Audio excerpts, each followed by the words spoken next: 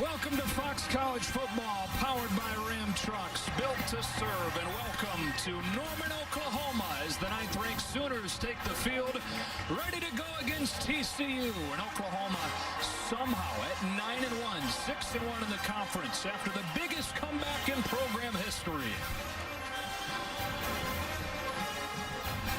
Horned Frogs won the toss. They'll receive, and off we go from Norman. For a catch, coming to the 6, and so TCU to begin at the 25-yard line. And a false start opens the night for TCU, the right guard, Quazell White. First out.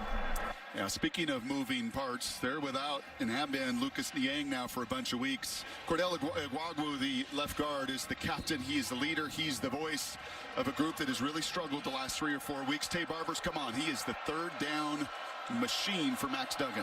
Career day last week, had 8 catches for 137 yards in the 33-31 win against Texas Tech. They open this one with a Darius Anderson run, and he gets pummeled by Delarian Turner-Yell. And part of this Oklahoma defense kind of been a riddle this season. Really good at times, really bad at others. This group was really good in the second half last week. In particular, Ronnie Perkins with 4 tackles for loss and 3 sacks was just unblockable down in Waco. Kenneth Murray, they just want him to cut it loose, just to take care of his responsibility. Maybe feel like he's trying to carry too much of the load. And on the back end, Parnell Motley, 5 career interceptions. Has got to find a way to take the ball away. Opening drive, TCU, 2nd down 15. And another flag. Another false start.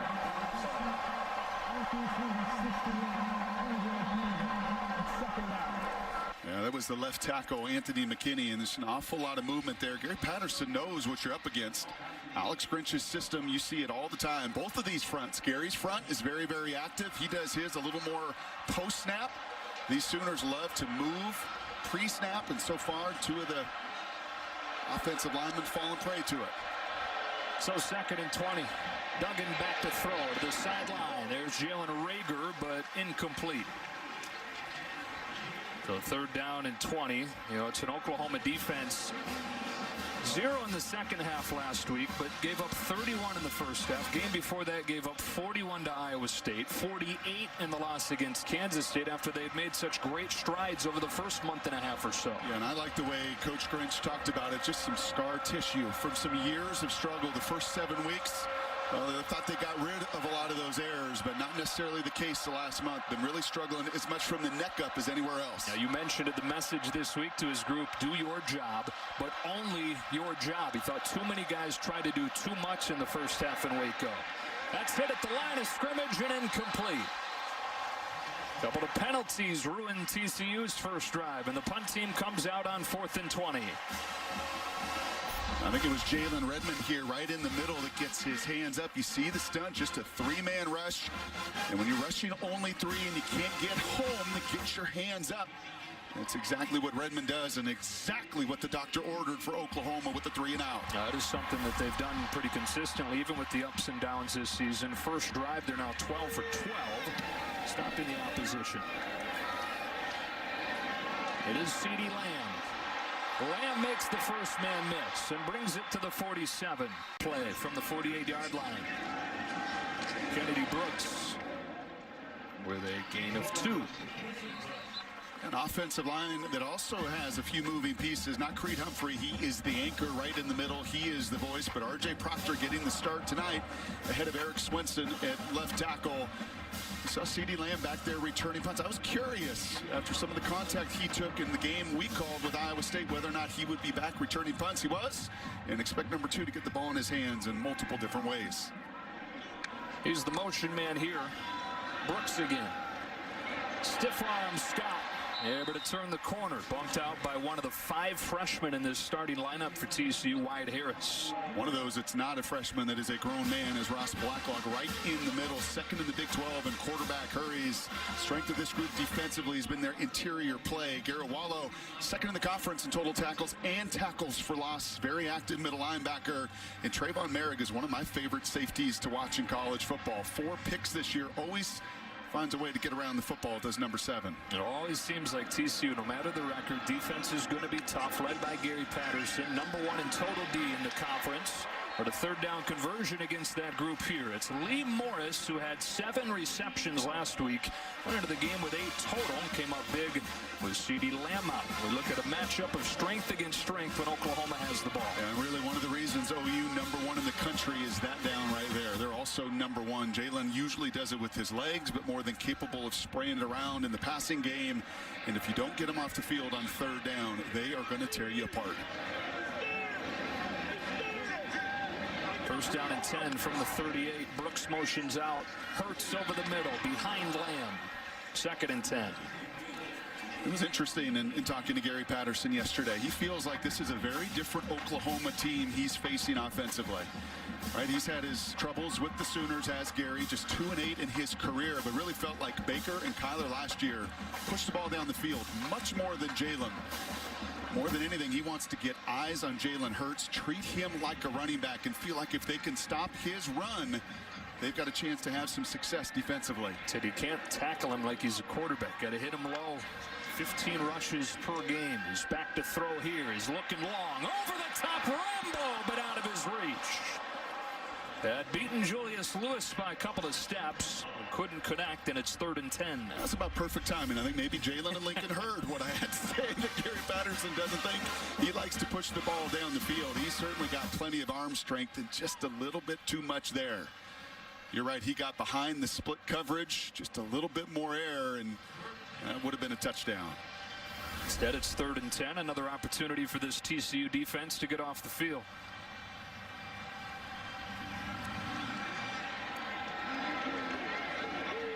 10 men standing for TCU, trying to make it a tough look on Hurts, who's given time with just a 3-man rush. He's going to take off, needing the 28. Breaks the tackle and gets close.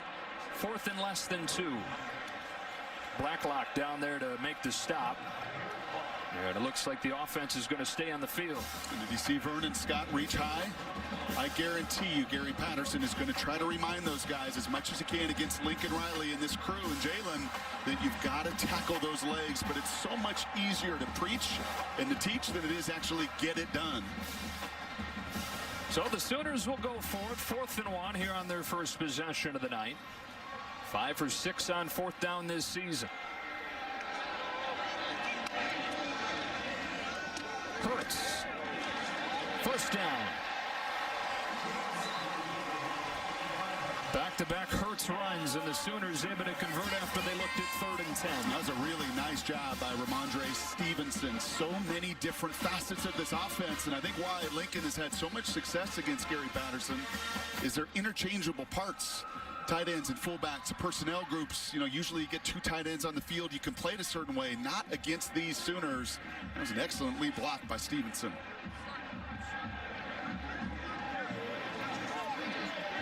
But the true freshman Stewart on Lamb at the top of the screen. It's a run play. Brooks steps out of the tackle. He's got a first down inside the 15. Darius Washington pushes him out. It's my point of 14. Sorry, Joe. That's my point about interchangeable parts. Look at the top of the screen here. That's Jeremiah Hall. Is he a fullback? Is he a tight end? I don't know. He's blocking a true freshman defensive end one-on-one and setting that edge. You know what else you notice? 5 of the 6 plays, a little bit of motion. Lincoln Riley loves to change formations on Gary Patterson, force those defensive calls, and look at this little running back set. Yeah, not one you're going to be used to seeing with a receiver in Charleston Rambo. As the tailback, they motion him out. On 1st and 10, Brooks again. Another couple of broken tackles before Washington brings him down. So 6 of 7 plays, you have seen some form of motion against Darius Washington and this Horned Frog crew. And the reason you do that is because that forces the Horned Frogs to change some of their defensive calls. Make some of those late adjustments. So Gary Patterson's over there trying to defeat every single play. With every formation and every look, he signals into his guys defensively. And that late motion forces even more communication. 2nd down. It's Hurts looking to run. Jalen Hurts lowers the shoulder, reaches for the goal line. He's in for the Oklahoma touchdown.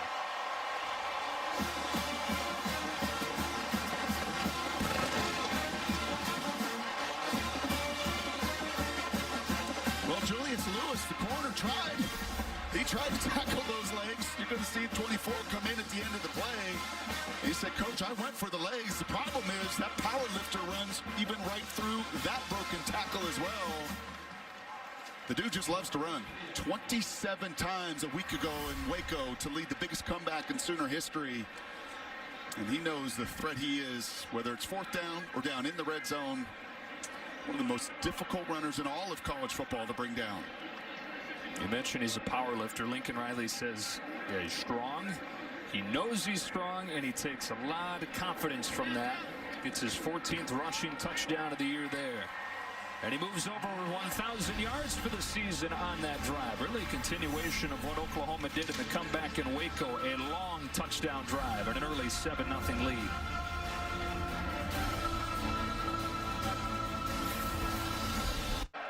TCU's second drive begins at the 25-yard line. And Tay Barber in the backfield. He swings out. Duggan looks his direction, then retreats with the pocket collapsing. Can't get around Kenneth Murray. Able to drop him for a loss of 4. We talked about the message, do your job, only your job. That was pointed partially at their leader, Kenneth Murray. And he's right in the middle. He's got eyes on Max Duggan the entire way. And Oklahoma mixed it up a little bit this week. And Alex Grinch said they were not off the practice field until they had a 3-and-out. 3 positive reps for that first string defense. Didn't matter how many it took during practice to really try to emphasize you just need 3 great snaps to get yourself off the field, and a tackle like that sure helps. Second and long. Duggan keeps. Short gain. He slides down with Parnell Motley bearing down on him. And Grinch has seen effort like this over the, we mentioned the first 7 weeks of the season. They played some complete defensive games. And even over the last 3 weeks, they've had stretches, like the second half in Waco last week, where it was a totally different team. And just trying to get this team to translate from Tuesday and Wednesday on the practice field, that execution they're seeing there, to get it done on game night through 4 quarters, that's a challenge here in November. And a 3-and-out on the first drive. They've got TCU 3rd and 15 here.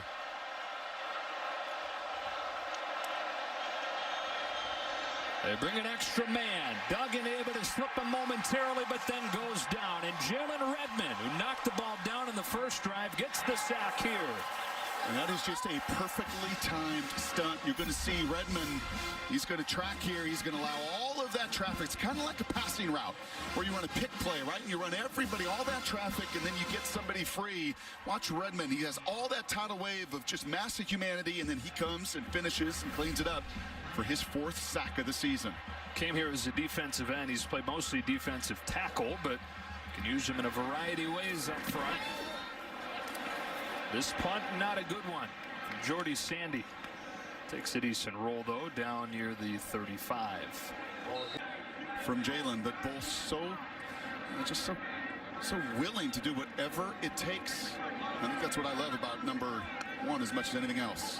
Fakes a CD Lamb on the first play of the drive here. He runs again and has a hole for a first down.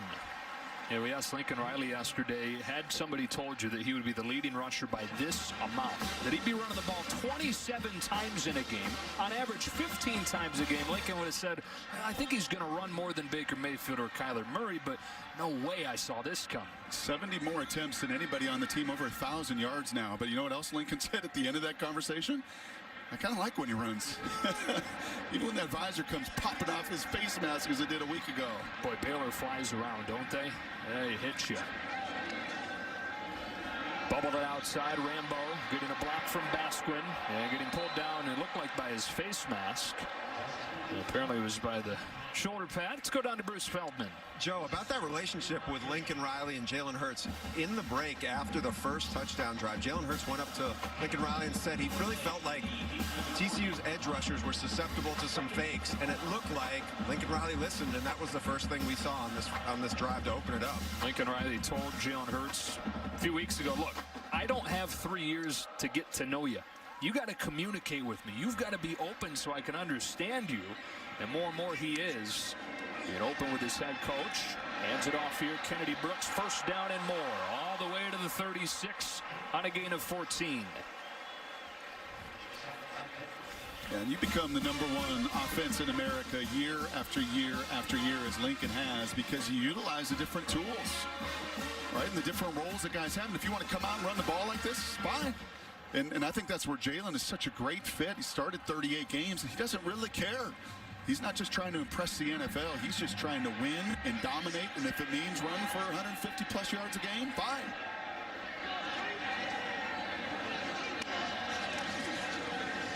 Hurts keeps it again with a pump fake, gets free, cuts it against the grain, slides his way to the 20.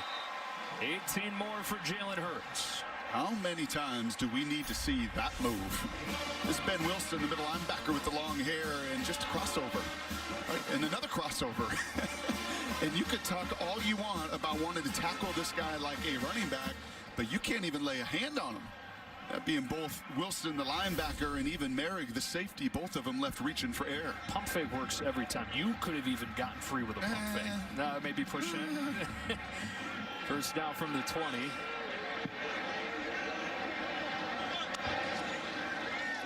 Looking to throw this time. Eyes on the end zone. He goes for Braden Willis.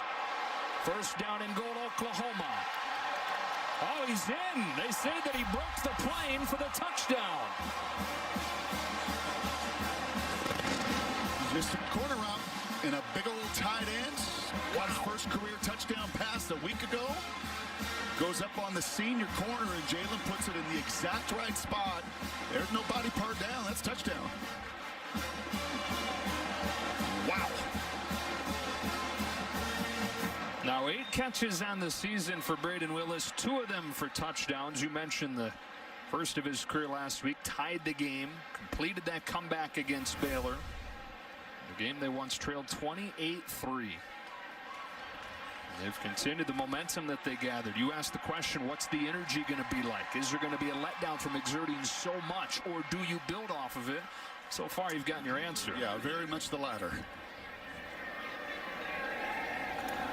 Burkett still perfect this season on all point-afters and field goals, and it's 14-0 just like that.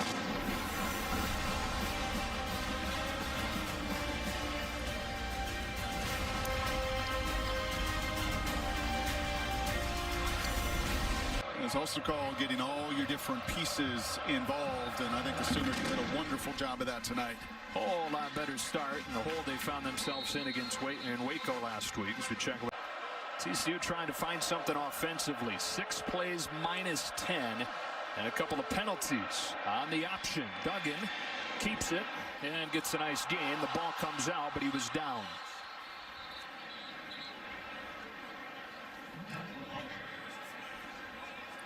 There is a flag down at the 30.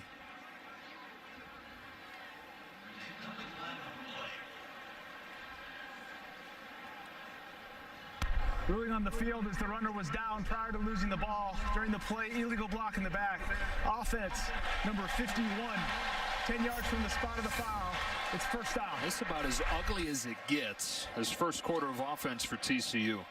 Yeah, it's Quazell White, and I talked about this offensive line with some moving parts. Quazell started week 1 at left tackle, started last week at right guard. He's just a true sophomore. But really, once Gary Patterson lost Lucas Niang, he lost his best lineman. And from that point, over just the last 3 weeks, 11 sacks, 19 hurries, and just discombobulated up front. A lot of pre-snap movement up front, per usual from Oklahoma. First down 15. Duggan delivers to the short side for Rager, but it's incomplete with the coverage from Parnell Motley. Take a look at the one to watch, sponsored by Nationwide. Nationwide is on your side. Rager, the headliner in terms of the receivers, but Tate Barber, who missed most of the first 5 games of the hamstring injury, really has started to come on since he's gotten healthy. You can just feel the trust that Max Duggan has in him, especially on third downs. But the problem is the third downs have not been anywhere near manageable, and if they don't get anything here on this second down, they'll be staring down the same thing. Not able to utilize his talents. Barber's the motion man on 2nd and 15 with a deep drop. Duggan looks to set up the screen, and Kenneth Murray identifies and explodes. Wow.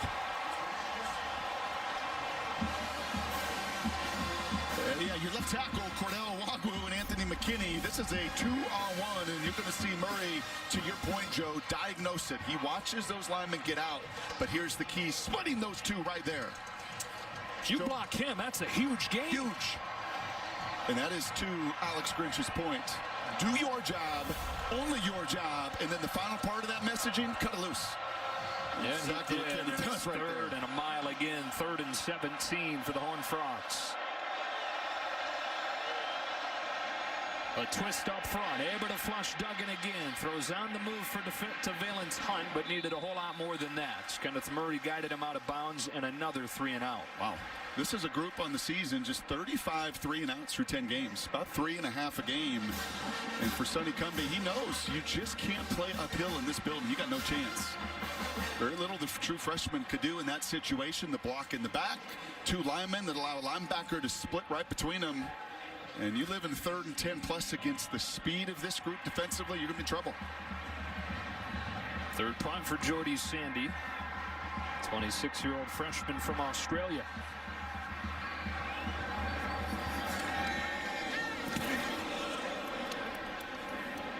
His best one of the night. Back slam inside the 20. The eyes that are on him can't get any read.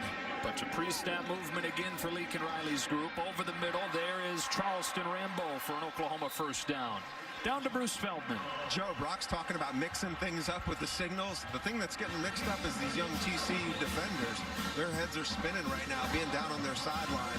They've struggled with pre-snap movement really all season, but even more so tonight. It's just like right now, they're really struggling with the signals, and they just don't seem like they have a real handle on what Gary's looking for right now. Well, they're so hard, Bruce, because the personnel changes, the movement, the formation changes. I mean, you're talking about high-level stuff that Oklahoma, again, look at that motion. Brooks slips through. First down near midfield. And what is every D coordinator? What was the 3rd messaging for Alex Grinch to cut it loose? Every D coordinator, and Gary Patterson been doing it a long time, wants his guys to just react and to cut it loose and let it go. But when you're out there and you're thinking and you're trying to process, and you have 5 freshmen and redshirt freshmen playing on that side of the ball, and you're a step slow against these guys, you got no chance. And you understand why he's changing the signs if he thinks that they've been compromised. But at the same time, doesn't that probably add a whole nother layer to what you got to think about? With this group that has 5 freshman starters, Hurts off play action. Rolls out of the pocket as a man coming loose and finds him. Charleston Rambo inside the 20. 34 yards, 1st and 10, flags at the end of the play. Yeah, this is looking like September Sooners right now, isn't it? Yeah, non-conference play against South Dakota. UCLA.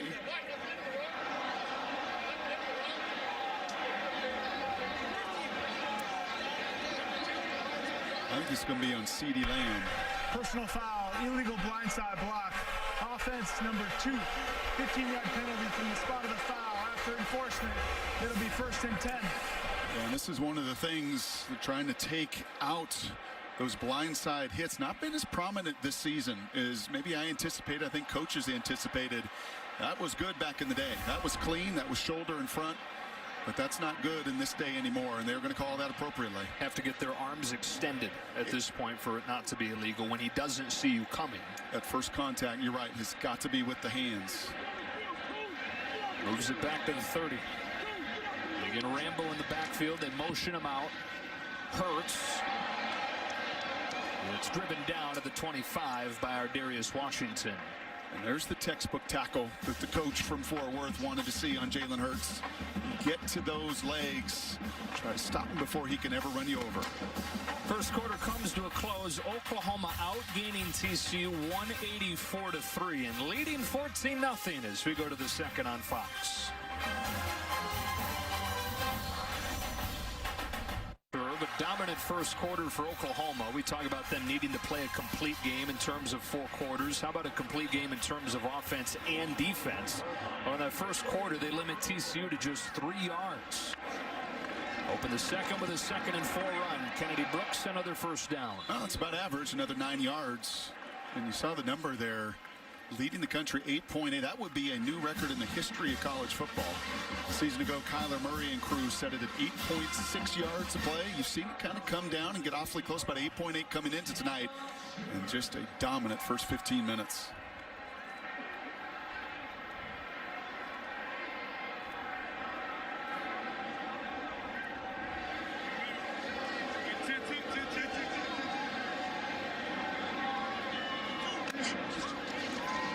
Again, it's Brooks. Got around Ben Wilson. Keon Stewart, true freshman, making the start with Jeff Gladney not in there. Some post-play pushing. Jaden Hazelwood in there, along with a few others. It'll be second down. Surprised not to see a penalty flag come out here. A little shoving with Ardarius Washington at the end of the play. And a wholesale commitment to this run game for the Sooners. You see the two mix it up, and Jaden throws a little... I guess he's just maybe trying to get the hands off. So one of the challenges for TCU tonight is this offense had its way with the Horned Frogs when they've had elite edge defenders.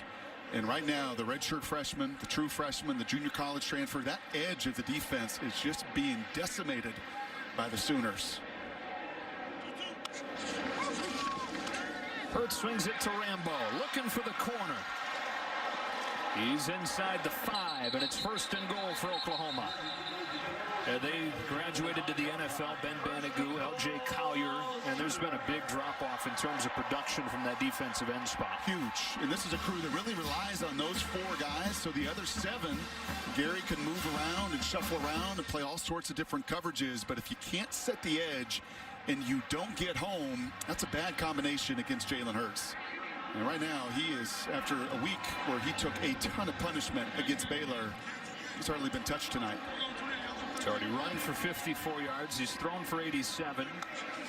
Here on first and goal. He fakes it and zips a slant behind Lamb. He had him for a touchdown, but missed him. Lamb had beaten Keon Stewart. And CD's like, come on, man. I missed last week. I didn't get anything. I didn't get my 14th touchdown. So a little play action. It really doesn't get much easier than that, other than the hands that you have to navigate on that throw. But CD's like, come on, man. I want my touches and my touchdowns too. It's 13 touchdowns, most in Power 5, second overall in the country for the junior from Richmond, Texas. Oklahoma going to use a first charge timeout. TCU timeout on the field. With a timeout, actually. Offensive line that was a finalist for the Joe Moore Award, is one of the best in the country, actually looking like it right now. On second and goal to the end zone. This time they do connect. CeeDee Lamb, his 14th touchdown of the year.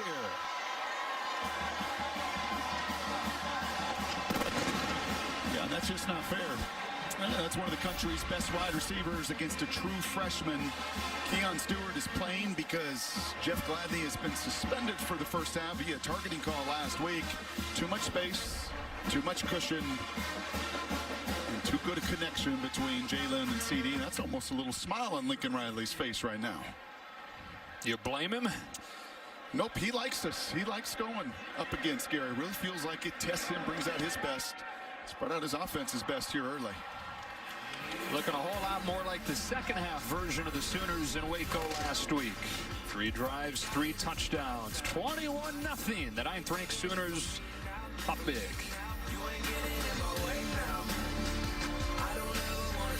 Freshman, redshirt freshman right now that are just spinning.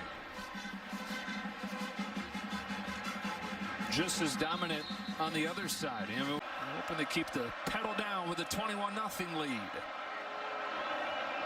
Fake to Barber. Darius Anderson. Second and 8. Yeah, I think really the emphasis, that guy up in New England, I think he trademarked do your job. I think Mr. Belichick's got that one. But Alex Griggs really felt like he had to add to it. Not just do your job, only your job.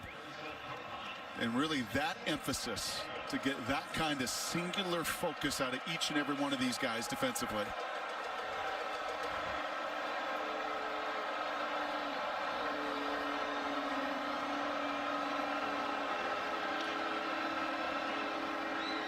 Pressure coming. Duggan hit as he throws by Deshaun White. And it's third down. And how many times have we seen this? Max Duggan getting hit in the lack of communication up front. I really don't know what Anthony McKinney there is doing. He's fanning out to protect off the edge while an inside rusher comes totally free. And again, that's two seniors on the left side of the line. You can never do that. You got to protect from the inside out. There are only 4 rushers on that play. It's the TCU offensive line since Lucas Niang went out. 11 sacks allowed in 3 games. On 3rd and 8, option into the short side. Duggan pitches. Alanalua tripped up by Trey Brown. And so TCU manages its first down of the night, but nothing else. That's a really good job by the undersized corner coming off the block. Number 1, defeat your man. And that's Aldontre Davis, one of the better blocking receivers. You got to defeat your man and then go finish the tackle. That's well done. This is what Alex Grange said the practice field on Tuesday often looks like. It just hasn't translated to Saturday nights.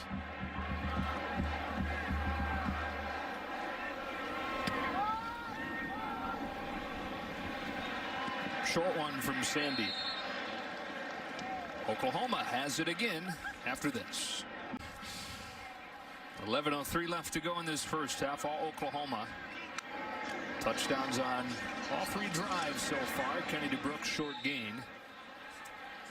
Yeah, we check in with Bruce. Joe, we've done a lot of TCU games over the year. The chatter down here on the sideline is they've never quite seen this group at any point this confused and this unsure of what they're doing and what Gary Patterson wants. And it's going to be a question, will he scrap this and go back to his old signals? But right now, I mean, Jalen Hurts is tough enough to deal with when you know what you're supposed to be doing. Right now, these guys, their heads are spinning.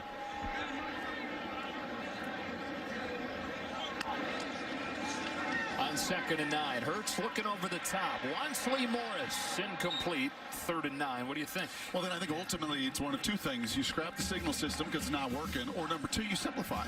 And you just say like that, okay, if we've got to just play quarters coverage, right, and not do some of the different adjustments and just try to simplify as much as you can. So actually the strength of your group, which should be your interior D-line, and those guys can get it going.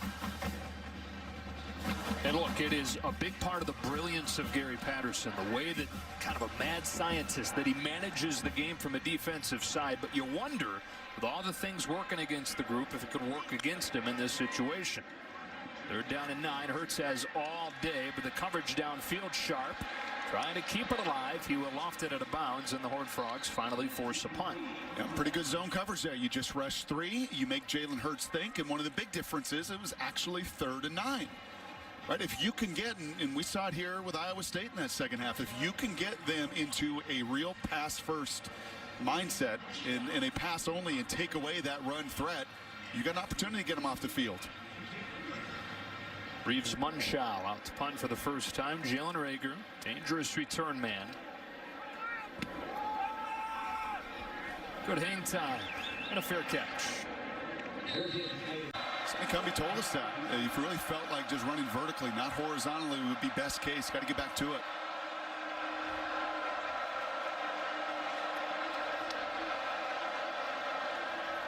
Again, they run outside. Duggan has a seam this time and has a first down and then some. Breaking into the clear, showing off the speed, and Duggan is inside the 10.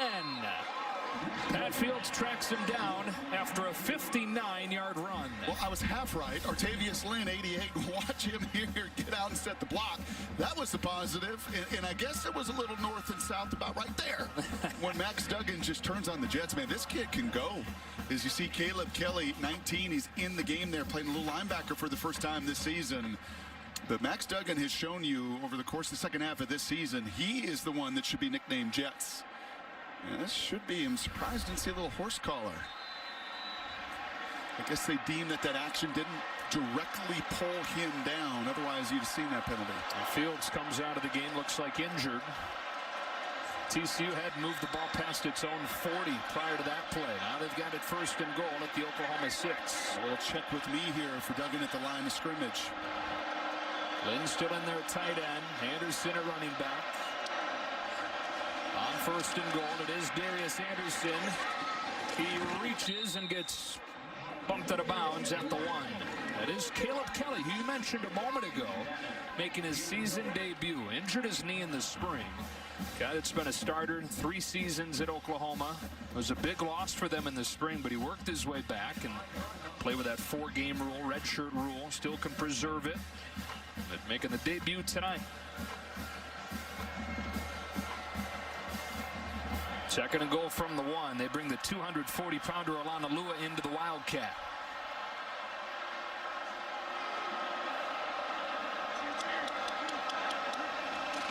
Here he comes. He's in. Touchdown, Horned Frogs. The touchdown drive. At 17 yards on 14 plays prior to this drive. They go 68 yards in 3. 240 pounds. On Bruce's freaks list. He squats 770, benches a couple of Brock. Bouncing kick taken by Trey Brown. Brown gets pulled down by Nook Bradford at the 23. The elite offenses typically do.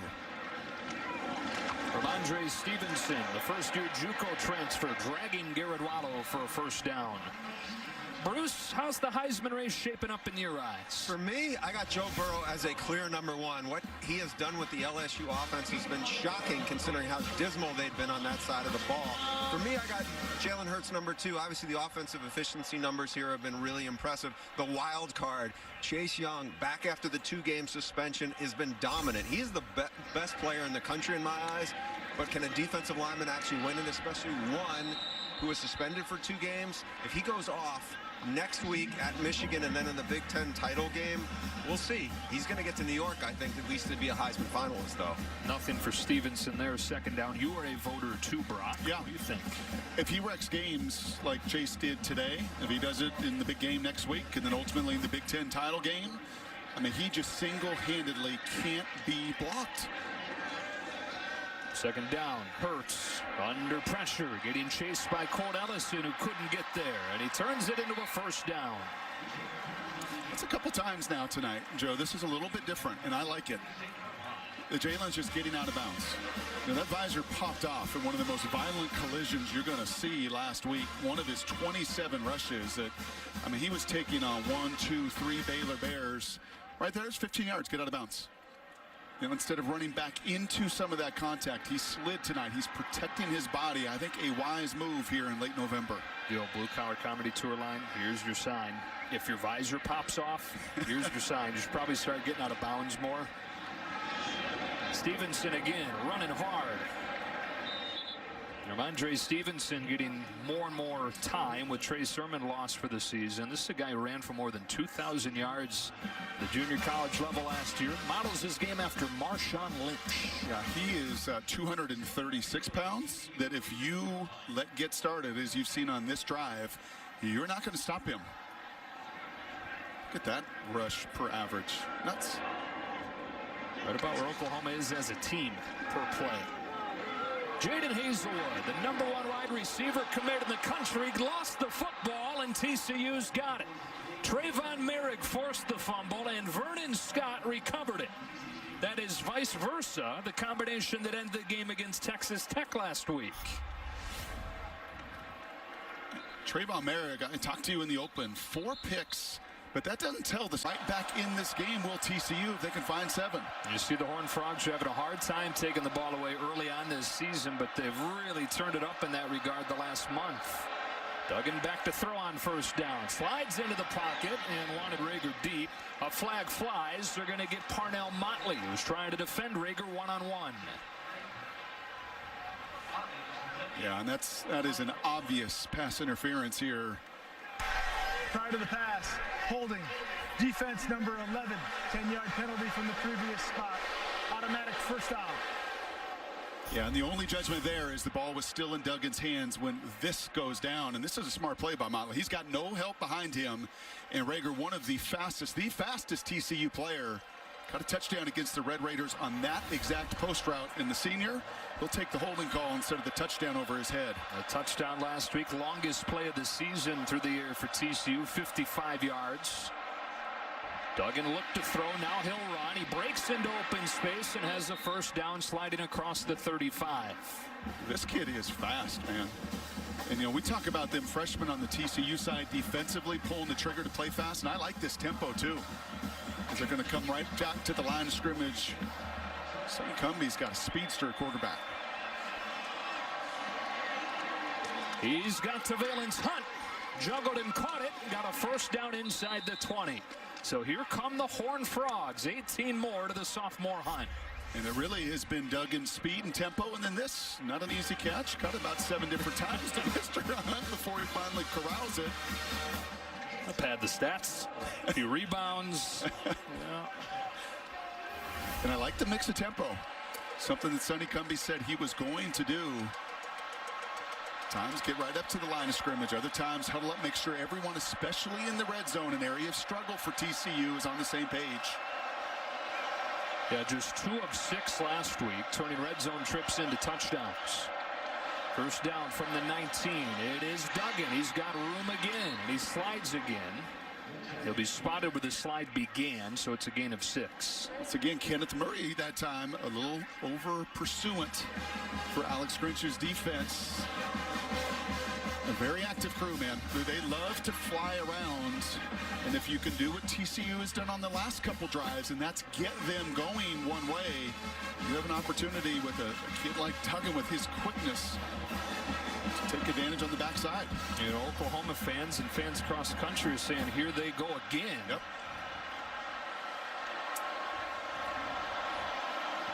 Play clock winding down. Second down 5. They just get it off. Alana Lua cutting to the outside, shedding a tackle and getting close to a first down. They do spot him with enough. First and goal, TCU. I'll tell you what else this does. A little bit to Bruce Feldman's report about that defense on the other side. Now Alex Grinch's crew is on their heels, and Gary Patterson's Horned Frogs can gather themselves.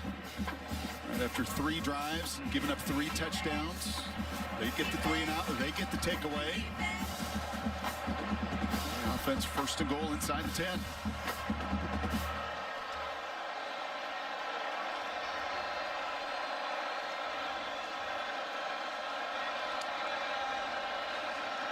Anderson.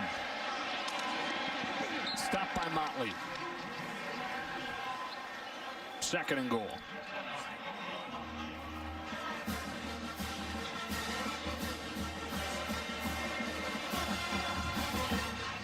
This is a 21-0 game. Sonny Cumbie's team hadn't gotten a first. And then Max Duggan breaks off that 59-yard run. They score 2 plays later. They force the turnover, and they're knocking on the door again with a score. And watch QB draw. They really wanted to use Max legs down in the red zone. Felt like that could be a factor tonight.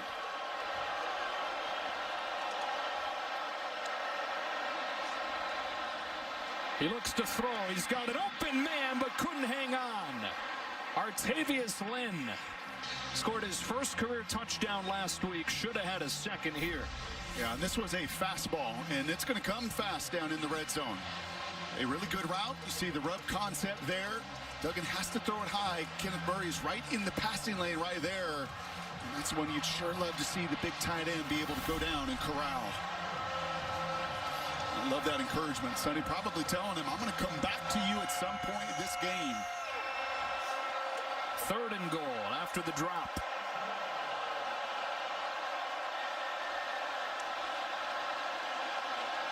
Only a 3-man rush. Duggan scrambling to his right. Across his body into a tight window. Incomplete. Looking for Pro Wells.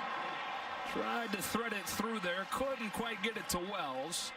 And fourth and goal coming up. Field goal team coming out.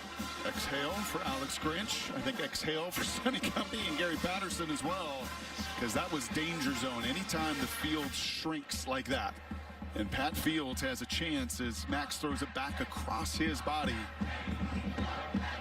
It's amazing what a dual threat quarterback can do, right? To just energize and breathe life into your offense. Jonathan Song. We've got 2 really good kickers in this game between Burkich and Song. Just your competitiveness and your ability to run and create. This offense needs it. It's been a difference as you see the total yards. Squibbit, Braden Willis brings it back to the 34.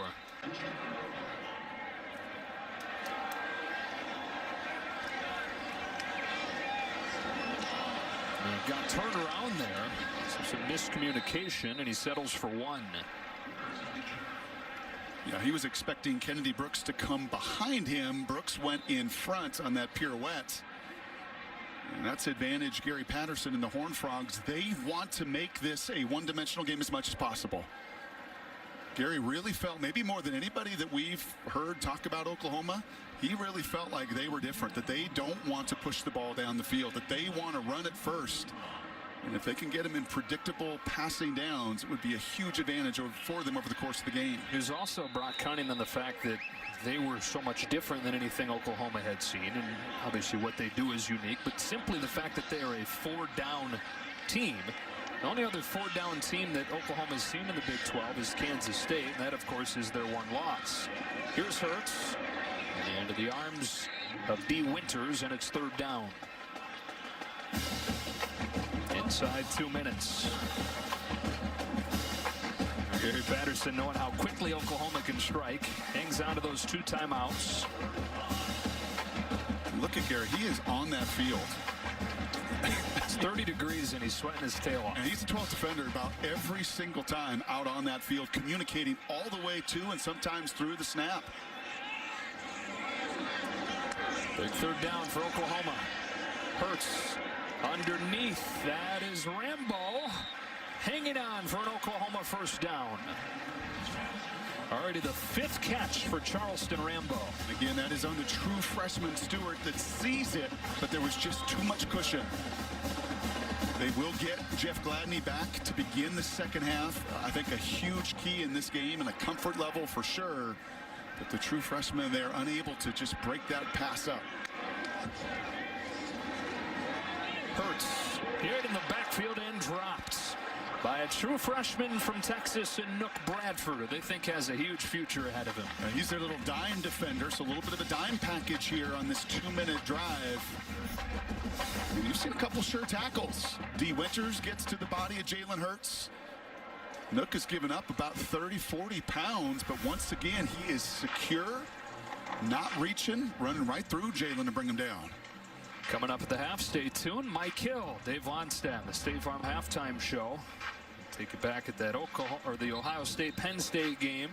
Baylor and Texas facing off today, and Alabama rolls without Tua. I'll raise my hand as a guy that just enjoyed seeing Ohio State tested. And Ryan Day said post-game, Jenny Taft there on the field, like, hey, we knew we were going to see some adversity. They would have loved to have been cleaner. As you see Ross Blacklock, this is the junior D tackle, their best defense player up front, out right now. But Ryan's saying, hey, it was good to get tested. Good to taste a little adversity in your own place and to see them respond. And certainly Chase Young taking that game over in the end. Figure another test coming next week on Fox against Michigan, and the week after that also on Fox in the Big Ten Championship. Second down 13. Hurts given all day. Heaving one from Morris, but incomplete. Good coverage, Vernon Scott. 3rd and 13. And they found a little something here, just rushing 3 defenders. It's a couple possessions now where you've seen 8 of those defenders drop into coverage and just giving Jalen all the time in the world. But he and Lincoln right now not finding an open weapon in space. Simpler. Yes.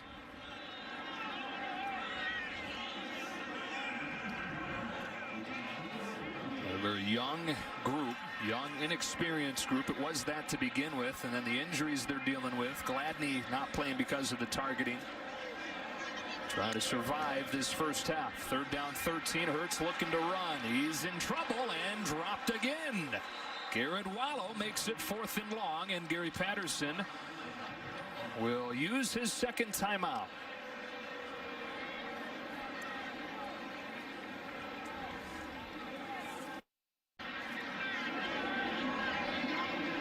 Munchau's second punt. Good. Hang time again. Rager, a weapon as a return man, not going to have a shot. Fair catch at the 14 after the 40. As his freshman quarterback to be here, 35 seconds. Hands it off to Shewa Olanalua. Olanalua gets 7 or 8. Stop made by Delirian Turner Yell. Again, Oklahoma will have the ball to begin the second half, and I think Gary Patterson content looking and saying, hey, this is looking like it was going to get ugly. We got to within 2 scores. Let's not endanger that.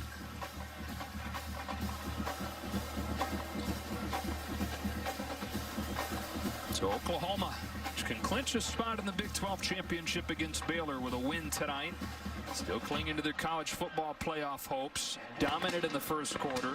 Second quarter, though, is all TCU, which tries to reach bowl eligibility and tries to pull off a big come-from-behind win tonight. Get you to Mike Hill and Dave Wannstedt in Los Angeles for the State Farm halftime show. It's in the ground. Played at just a much more fundamental second quarter. Of a hooking line drive of a kick. TJ Pledger with a good return across the 40. Down to Brewer play. Second half begins with a Kennedy Brooks run that is shut down promptly by our Darius Washington, who's playing a good game for TCU. Now gets a buddy back in the secondary. Most experienced player on this TCU roster, Jeff Gladney, who was ejected for targeting in the second half last week against Texas Tech. And you have to imagine he can't wait to get back on the field. It looks like he's not following CeeDee Lamb. But I will be curious as the second half evolves how much they find a way to match talent for talent with two of the best at their positions. Hurts looking to throw for the first time in this half. Pressured from behind. Slips the first man. Checks it down. Brooks drops it. And it's 3rd and 10. It's interesting, Joe. You know, I just got done telling you, just find a way for Jalen to get the ball out of your hands. So first down run goes for nothing. Advantage TCU. Right now you want to make them one-dimensional. And, you know, the Horned Frogs started to drop 8, something we saw the Cyclones do. And I think for Lincoln Riley, just getting Jalen into that rhythm. In the second half against Baylor last week, that ball was out of his hand. He's finding completions. To me, that's many times the elixir, especially when his game gets a little bit out of rhythm. God, it's over 70% on the season, just above 50% so far in this one. In rhythm here, he has CeeDee Lamb for a first down. Second catch for Lamb is a gain of 11 into TCU territory. And that's pretty easy, right? You're going to see him right in the middle. The Horned Frogs do drop 8, but you can't have that kind of cushion. I mean, you got to know where the sticks are there defensively a little bit. And that's exactly the kind of throw. Man, that is a quarterback's best friend. Space in the pocket, nobody in the throwing lane, about as easy as it gets to complete and convert a 3rd and 10. For Jalen Hurts, Brock, not just #1 in the country in passing efficiency, #1 in college football history in passing efficiency. Brooks again hit in the backfield. D. Winters, get credit for the tackle along with Vernon Scott. It's a nice job. You've called D. Winters' name a couple different times. Number 13 there for TCU. He's a converted wide receiver. I mean, he was really an all-conference receiver. He's only 190 pounds that's having to play there amidst a lot of big boys for Oklahoma. But if you're quicker and you play downhill, you got an opportunity to find those tackles. Out of tiny Burton, Texas, Gary Patterson loves converting those skill guys to linebacker. Hurts out the back door, finds an opening, and gets tripped up by Winters again. And if Winters didn't get him, that was going to be a big gainer for Hurts. Instead, it's 3rd and short. That's a cool little wrinkle right there, too. Right, see the pulling guards in front. And Jalen Hurts, like he's done all season long, man, he gets going north and south in a hurry.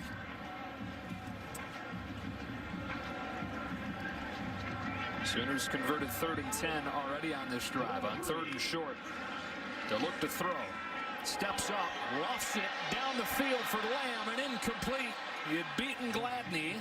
We've seen Hurts miss a few downfield shots today. It's 4th and 3. Yeah, and similarly here, I mean, this is exactly what you want. This is your best player. There's good on good. But what you need to do here is just put air on the ball. I mean, you throw that anywhere but overthrow CeeDee. He's going to go get it for you. He's going to fight through contact. That's just, you're just not giving your weapon an opportunity to make you look good. Converted 3rd down earlier tonight. They've converted 6, or 4th down earlier tonight. They've converted 6 of 7 4th down opportunities this year. Trying to be too fine. Just allow your difference makers to help you. TCU clearly thinking pass here. Only 4 in the box. Hurts scanning the field. Slips and falls, and TCU will take over in Oklahoma territory. They went 3 and out on each of their first 4 possessions, then averaged 10 yards per play and pulling back into the game. Yeah, number 15 had a lot to do with that. As he started to utilize one of his great gifts, and that's his quickness and speed. Ran for 81 yards in that first half as TCU scored on each of its last 2 legitimate possessions. Clock ran out after a couple plays on their final one. Looking to throw on first down, and on the slant, it's behind Jalen Reagor, who's still searching for his first catch tonight. One of the things I love, sorry, Joe, is look at Gary Patterson here. This is a fourth down play. And unlike the other ones where he just dropped 3, he's going to bring 4. But in so doing, you tell me where Jalen could go with this ball. There is nobody. That is Gary Patterson to AT defeating your play. Feeling like his personnel, his defensive call, mano a mano with that coordinator on the other side, advantage Gary Patterson on that critical fourth down. Back-to-back pass plays to open the half. Duggan stands in for a moment. Now flush down the sideline. Back shoulder for Darius Anderson, and he brings it in for a first down. Wow.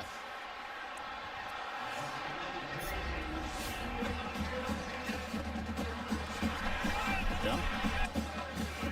I think he has control. I think that's good in the NFL as he toe-tapped even that right foot in bounds here. I don't know. I think there's a juggle here, but does he recapture it? I think he does while he's dragging that right toe. And those are just the little plays that Max Duggan makes that most true freshmen don't. Keeping plays alive. They let it go. Duggan steps up. He wants Barber. End zone, lays out. Incomplete. Working against the safety Fields. Boy, I think Tay just loses his feet at the very end here. Otherwise, this is his first touchdown of the year. I mean, he's done a lot of things remarkably well. Third down conversions, big plays. His legs, he just loses them at the very tail end. And Duggan thought for sure when he let that ball go, it was 6. Yeah, one of the many things he's done, like you said, he's done so many things, but he's made acrobatic catches in his few games since getting healthy. I always tell you to run through that reception, and I think his legs just ran out of gas. Here's Duggan to run. It's a block in front. It's written down from behind by Kenneth Murray, but sets up a very manageable third down, which is something that they didn't visit over the first quarter of this game at all. And I promise you, the senior Kenneth Murray is going, man, this dude is fast. Like, I've watched the tape of him, and he's busting angles and busting ankles on the other side. But until you play it, you just don't know the game speed. I mean, 40 speed is one thing, and this guy is a workout warrior, but he plays just as fast with the pads on, if not faster. You've been able to tell watching some of the angles look so poor from Oklahoma.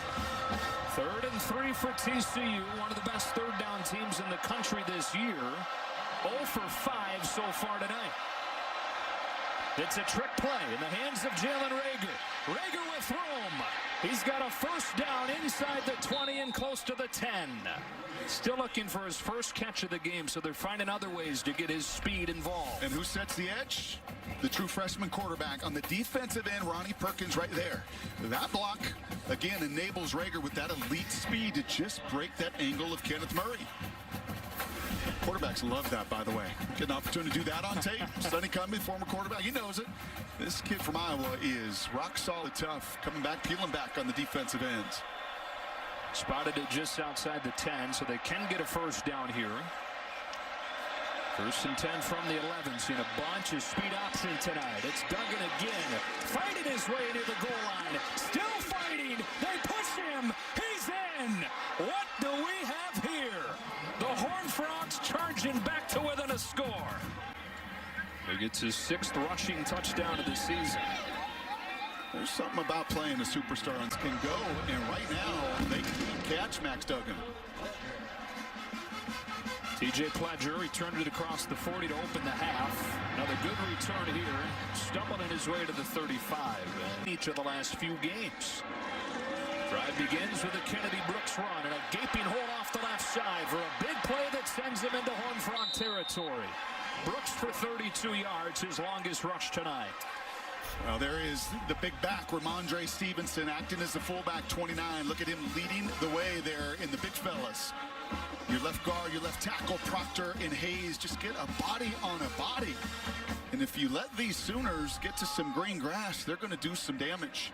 Brooks moves over 100 yards against TCU team that he had a huge game against last year in Fort Worth. Stevenson, who was the lead blocker last time, takes the fake here, and Ardarius Washington drops Hurts. Darius had a nice game. And he's playing because of Ennis Gaines' injury has slid Vernon Scott over a little more in that nickel role. And Darius, saw him in the elevator. He's 175 pounds. He is not a big horn frog. He's got a big heart. And he's willing to stick his head in there. Freshman from Shreveport, third consecutive start because of those injuries you're talking about. On 2nd and 11, Hurts to run again. Got a block from Brooks to swing him free for a first down inside the 20. Winters brings him down after 19. Yeah, that's been the difference on a couple of these runs. It's not just toting the ball. You're going to be a lead back sometimes, and that's exactly what Kennedy Brooks is. He takes the fake, and then he's really the fullback leading the way here for the tailback, and Hurts. And a little bit of an adjustment on this drive, right? That chess matchup back and forth between Lincoln and Gary. That X's and O's battle, a bunch of the two-back, been pretty successful here on this possession for the Sooners. So they stick with it. Stevenson and Brooks both in there. They got Rambo back there as well, motioning him out. Here comes Brooks. Chopped down by Nook Bradford. When we talk about the lapses, you know, overall, this is one of the best offenses in the country. But you look at the last 3 games where the defense has struggled. Well, the offense has had long stretches in each of those 3 games where they've disappeared. Second and third quarters, no touchdowns against Kansas State. 7 points in the second half against Iowa State. And then no touchdowns over the first 25 minutes against Baylor last week. This week, touchdowns on each of the first 3 drives, looking for their first one since. They've got it first and goal with another Hurts run. Well, we know one thing. When their backs are against the wall, what do they typically like to go to? It is this. I mean, this is just triple option football, right? You just got a couple backs in the backfield. You're motioning some people out. You're leading with your backs. And that is the talent, I think, of Lincoln Riley in the depth and the volume of that playbook.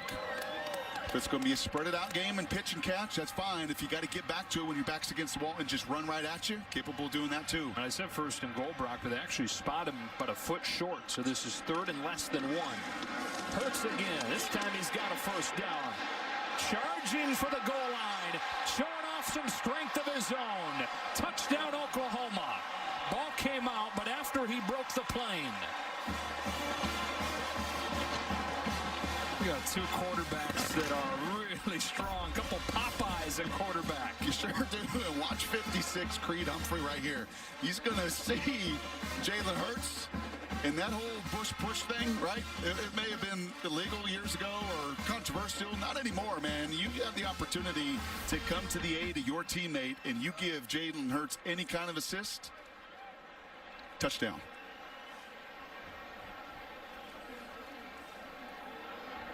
And that's number 4 now on the night for Jalen Hurts, which is pretty close to a season average.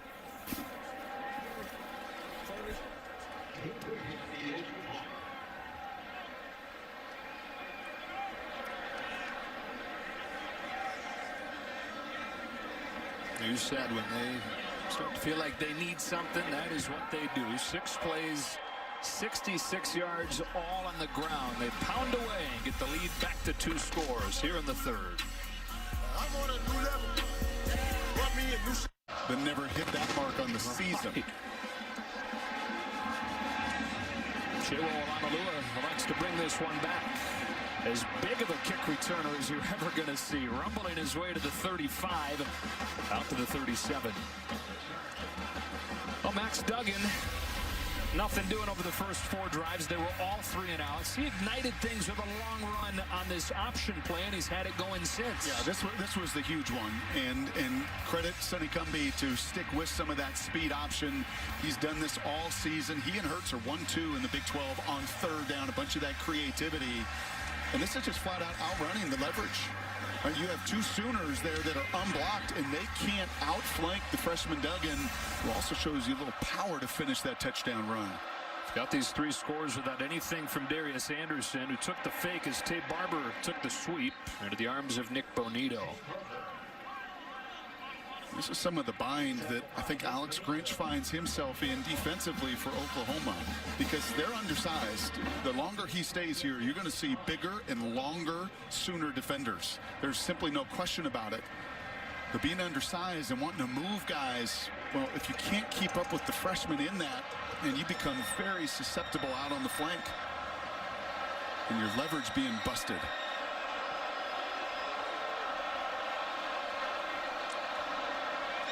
On 2nd and 5, Duggan scans the field, throws incomplete at the feet of Rager. 3rd and 5. Yeah, that was Nick Benito that gets his hands up. You don't get home, you rush 5.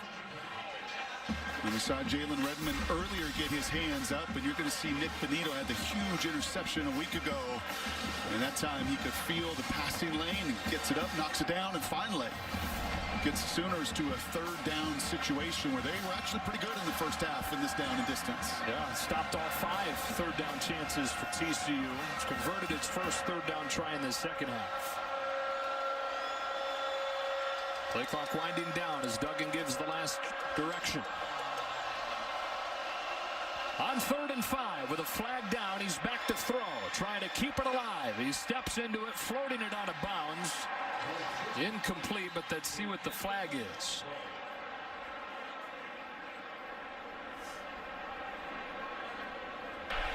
Offside. Defense number 6 was lined up in the neutral zone. 5-yard penalty.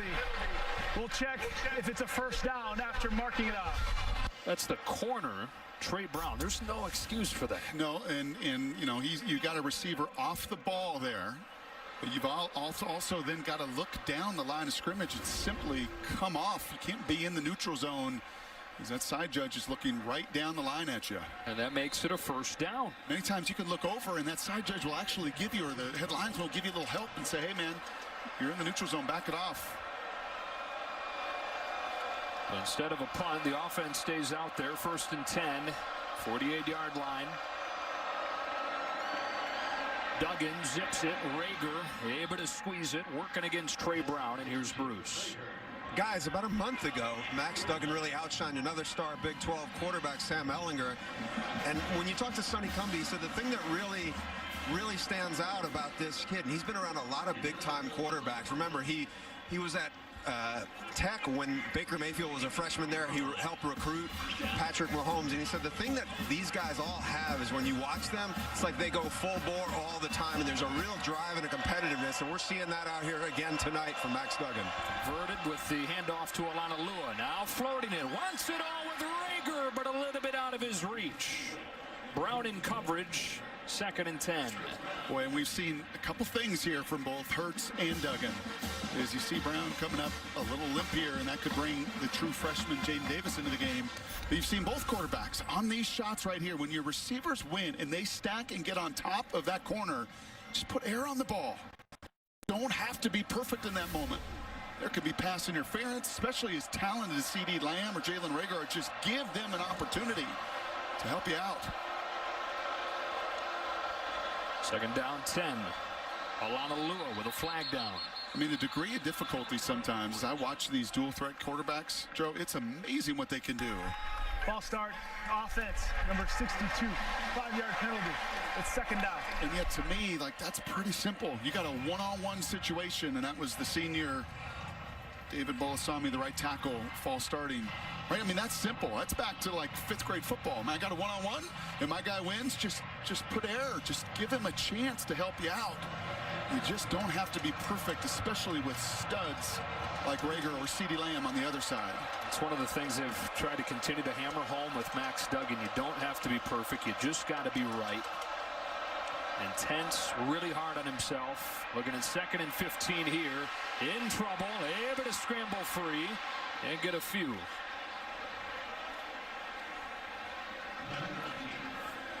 Oof, and he takes a shot, Joe. And there is very little sidelines here before you run right into the bench.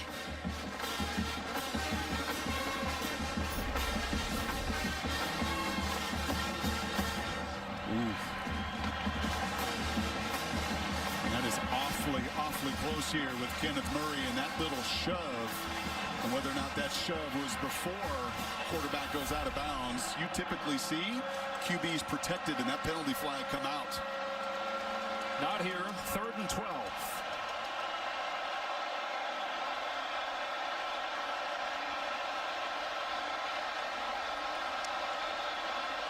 Oklahoma rushes 4. Duggan in rhythm. Valence Hunt drops the ball. Had he caught it, would have been one-on-one with the undersized freshman Jaden Davis.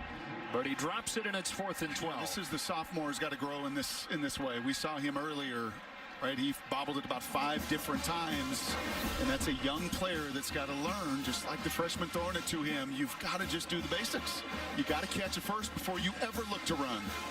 And a couple missed opportunities there by TCU that when you're playing in this building, and as good as these guys are, and if you don't take advantage of it, you typically don't find ways to win, especially in November. Even if he doesn't pick up the first down, you're probably going to see a 4th down attempt. Instead, here comes Jordy Sandy. Lamb signals for the fair catch, and Oklahoma will have it at the 8. Blemish season as Oregon is striving to do. It is hard. Trying to get CeeDee Lamb to the edge. They do. He hits the sideline, and a big gain on first down to get him some breathing room. Speaking to that Arizona State-Oregon game, here's Amber Theo Harris. John, we have an upset brewing in the desert. Big trouble for number 6 Oregon, fighting for a playoff spot, but Arizona State's Jaden Daniels, the 26-yard touchdown pass to Frank Darby. 2-point conversion is good. It's 21-7 Sun Devils in the 4th, and right now, ASU is threatening again 3rd and goal. Joe and Brock. Wow. Wow. So, of course, the hope for Oklahoma there would be that Oregon loses and then beats Utah in the conference championship game. Knocked both of them out. Brooks straight ahead. Slips the tackle to Winters. Can't get away from Bradford. You know, that Oregon team had showed so much poise this year, unlike a year ago. A year ago, they had a big win, and then they went to Wazoo and lost, and went to the desert and lost. And this year, well, they went up to Washington and won. They went to USC and won. But you just wondered, could they do it again? Wow, that's a brave soul right there here in Norman, Oklahoma. Watching the game on his phone, too, I think. They've been given updates on the stadium video board here. And the crowd cheering along with it as if it was the game in front of them. Brooks again, first down. Yeah, this is a cool adjustment, man. And once again, it's why Gary Patterson and Lincoln Riley like going toe-to-toe with one another. TCU makes adjustments in the second quarter. Well, so can Lincoln Riley. And right now, Gary Patterson is watching 2 backs. These 2 backs that are really operating as lead blockers. And Lincoln Riley asks that of Kennedy Brooks. He asks that of Ramondre Stevenson, right? They're not listed as fullbacks, but they might as well be right now. And that extra body, that extra number is winning between the tackles. Hurts keeping it, trying to make Bradford miss. But Bradford continues to play a good game. Sound open field tackling by the true freshman. So what will TCU have to do? They will have to get those safeties up. In that case, a dime. You're going to have to put more bodies around the line of scrimmage, which ultimately leads you and leaves you more susceptible to a shot play that you know is going to be coming at some point off of all of this heavy run. Yeah, 10 runs in a row, and you just get the feeling that it's setting something up. On a night where Jalen Hurts has been limited through the air, just 110 yards passing. That's a false start on Rambo. False start. Offense, number 14. 5-yard penalty. It's 2nd down. You think he was getting the ball? I think he was hoping. Dang. He's thinking, he's trying to get an extra little step. More than likely, that usually happens when guys know it's their opportunity.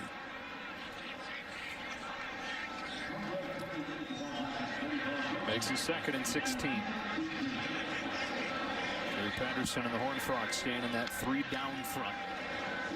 Off play action. Hurts on the roll. Wide open. Lee Morris over the middle for a first down.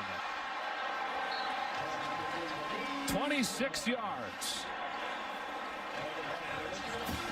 That is such a cool play, and this is a play that TCU actually calls sooner.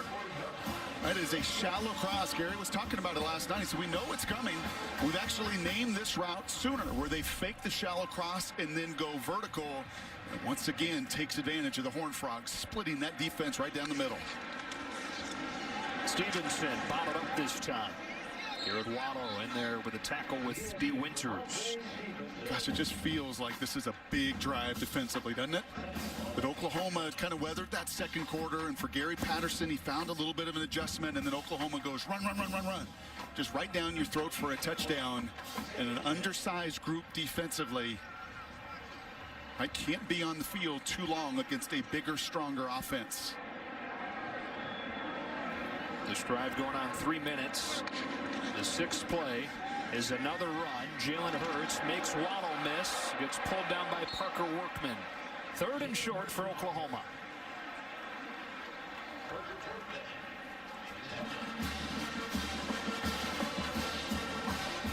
Hurts has reached 100 yards rushing tonight. He's reached 1,000 yards rushing for the season tonight.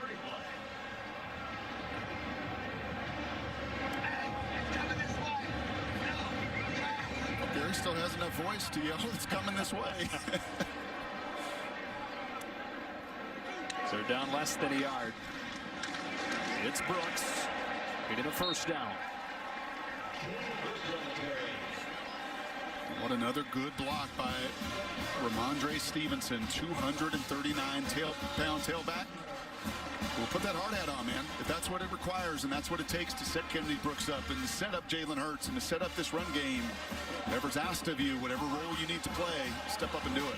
Oklahoma riding the ground game, trying to stem the tide with this charge from TCU. We go to the 4th and Norman, 28-17, Oklahoma. Trying to punch their ticket to the Big 12 championship game. Off play action. Hurts looking downfield. He'll tuck it and take off. And get hit from behind by Gladney, but not before he gets 9. What is it? 14 of their last 15 now? Wow. Game gets close. Take a few punches from TCU. The young freshman carries some Sooners into the end zone. And here's a little statement of response that this is, you know, maybe not as much through the air, but this is a Bill Beatenbow kind of game. That is the O-line coach that loves to say he wants to feel the opponent's soul wilt. And it's both the lineman, it's quarterback, and it's your running backs are making it happen. Brooks has had a big night. He's got a 1st down here. And so often it's easy to look at the 5 linemen, and Creed Humphrey's a fun guy to watch, the center, number 56. They replaced everybody else around him. I got to tell you, the last 15 minutes of game action, it's been just as much about Jeremiah Hall, Ramondre Stevenson, Kennedy Brooks, all those guys coming right to the side of those 5 offensive linemen. Such an O-lineman coach quote, feel your soul wilt. O-line coach or a D coordinator. Yep. Come for one of the two. 1st and 10 inside 14 minutes. TCU's got to look at this and say, we've got to put our foot down and force a field goal, or else it becomes a 3-score game. That flutters and gets almost picked by D. Winters. That would have been even better for the Horned Frogs, as it was hit in the air by the freshman Mathis. Wow. O'Shawn gets his hands up. And the true freshman, I told you, D. Winters was a receiver in high school, over 1,000 yards receiving. Can't believe the ball is up in the air, and he also can't believe he doesn't secure that takeaway. Looked like a sure thing he was going to catch it. The question was, is he going to stay on his feet and score? But instead, Lincoln Riley and the Sooners avoid disaster there. Live to see 2nd and 10. Back to the ground. It's Brooks. Crunched at the 7 by Merrig.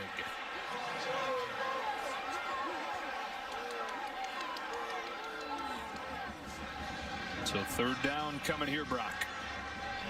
Just listen to this shot. These Horned Frogs may be undersized, but they fly the ball.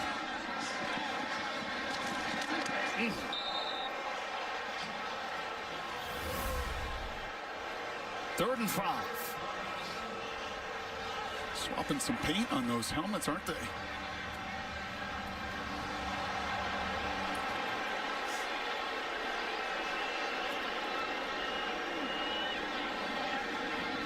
Lamb in motion. Timeout taken by Lincoln Riley, who is hot. He's upset there wasn't targeting called on Trayvon Merrick.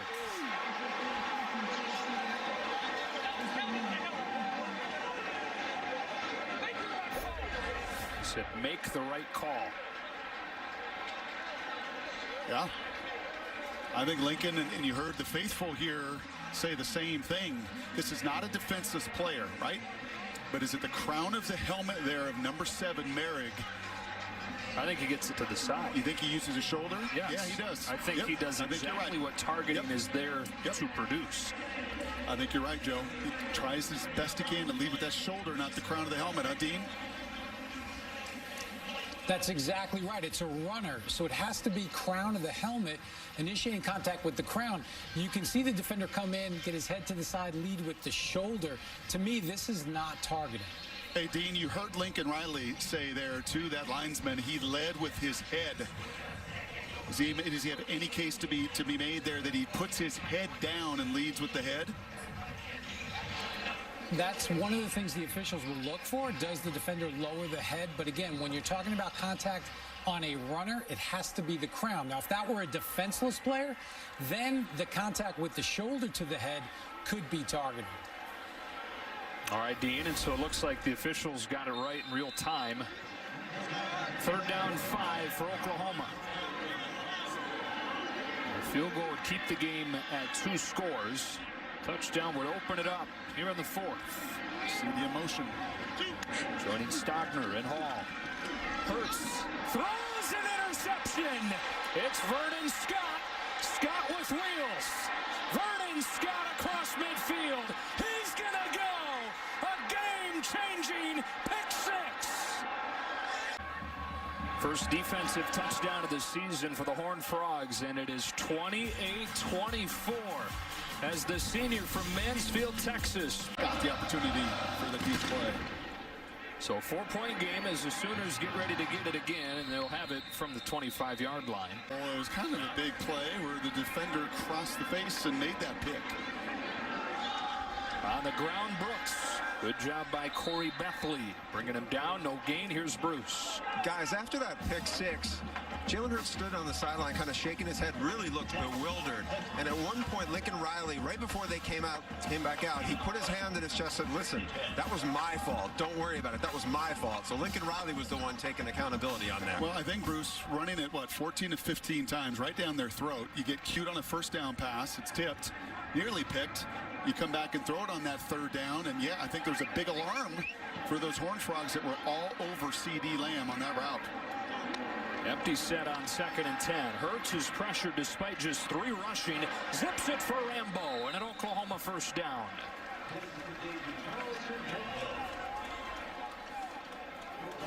Sixth catch for Charleston Rambo, new career high for him. You know what's pretty remarkable number, Joe, is this Sooner group has not lost in this month in 5 years. And it's drives like these, it's moments like these, and they've had a lot of them in their championship Novembers, that a little adversity hits. How are you going to respond? For 5+ years, you've responded the right way. Brooks into the arms of Washington, finishes forward for 4. And that's a lot of different guys, right? That's a lot of different quarterbacks and receivers and everybody. That is the culture of your place. I mean, that is extraordinary to go back to 2014, I believe, a game you called. If my memory serves me right, with the Baylor Bears. It's been a long, long time, and a lot of gutsy moments where your back's against the wall, where you have to overcome some negative plays, and this Sooner culture has done so. They're kind of flipped around this week from last week when they dug out of the 28-3 hole. They led this one 21-0. Brooks with a jump cut, sticks the shoulder down and has a 1st down. And very quietly today, Brock, more than 140 yards for Kennedy Brooks. Yeah, and there's a bunch of them just like that, where Ramondre Stevenson is ear-holing an extra TCU defender. Be it the DN Colt Ellison, be it the linebacker Garrett Wallow, these 2 backs are playing off one another really well. And again, to me, just speaks to that culture that you got to be willing. If you're going to tote it, you got to be willing to block as well, and these backs doing so. Brooks leaves. Stevenson comes on, doing some of that selfless work, blocking. Here he earns a carry. And gets 3. Trayvon Merrick, the tackle.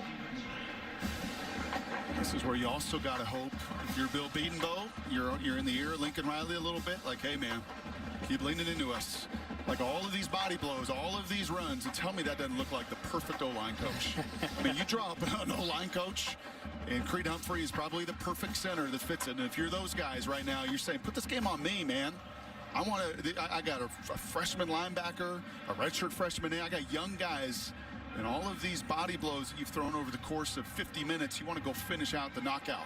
49 of the 70 plays tonight runs for Oklahoma. Here's another with Hurts. Waits for the hole to develop and sets up 3rd and short.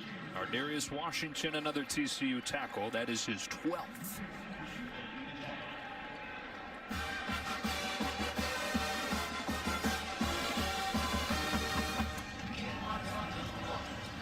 Third down and a long one for Oklahoma. 9:20 left to go in a 4-point game. Here comes that 2-back look once again. It has been so heavy run here in the second half for the Sooners.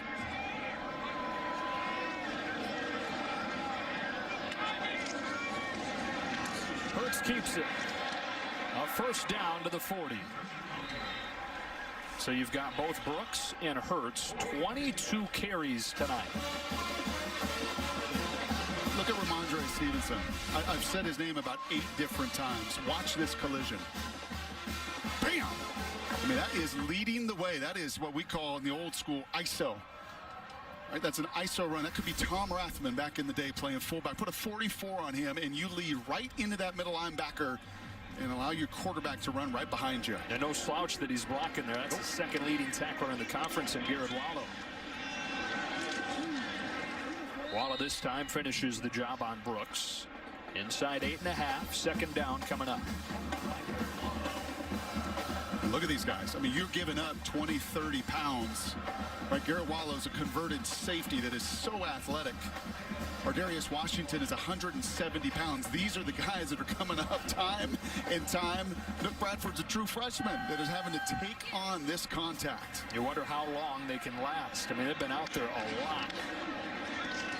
Hurts cuts it upfield. Got a first down. Makes a man miss. Breaking ankles and setting up 1st and goal. The ball came out. Now a signal. Was the ball out before he was down? The officials still haven't given an official signal. TCU thinks the ball was out before he was down. Nook Bradford, did he get it out of there? Boy, it is going to be close. The key thing is going to be, what is the official call on the field? We're still waiting on that. Ruling on the field was a fumble recovered by the defense. First down, TCU. That ruling of a fumble is under review. And the true freshman quarterback, Max Duggan, on 1st and 10, runs the option. Gets it off to Anderson, who's pushed out by Murray. Let me just say, that play by Nook Bradford, I don't want just like let it pass. Yeah. All the time we spend, fumble or no fumble. As a true freshman, that was an unbelievable play against a Heisman contending senior quarterback for Nook Bradford to go rip it away and to give yet another true freshman an opportunity to respond. Wow.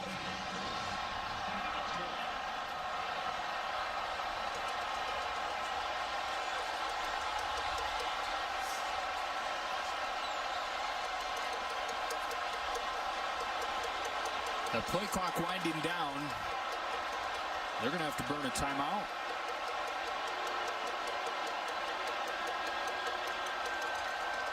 Well, there's not been a timeout used, but not been a delay of game called either. Not sure exactly what's going on here. Okay, so we're being told there are problems with the chains. So delay a game on the chains. Everybody else, you're good.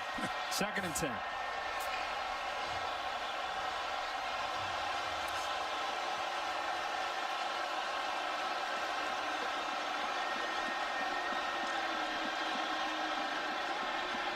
Duggan takes off and got pulled down. It was Ronnie Perkins when Oklahoma needed him last week, late making plays, and he makes one here to make it 3rd down.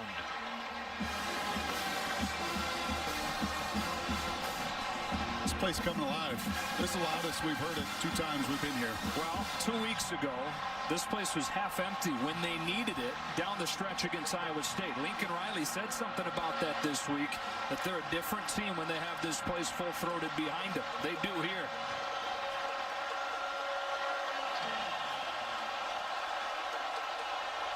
On 3rd and 10 against a 3-man rush. Duggan with time. They'll check it down. Alana Lua juggles and drops an incomplete.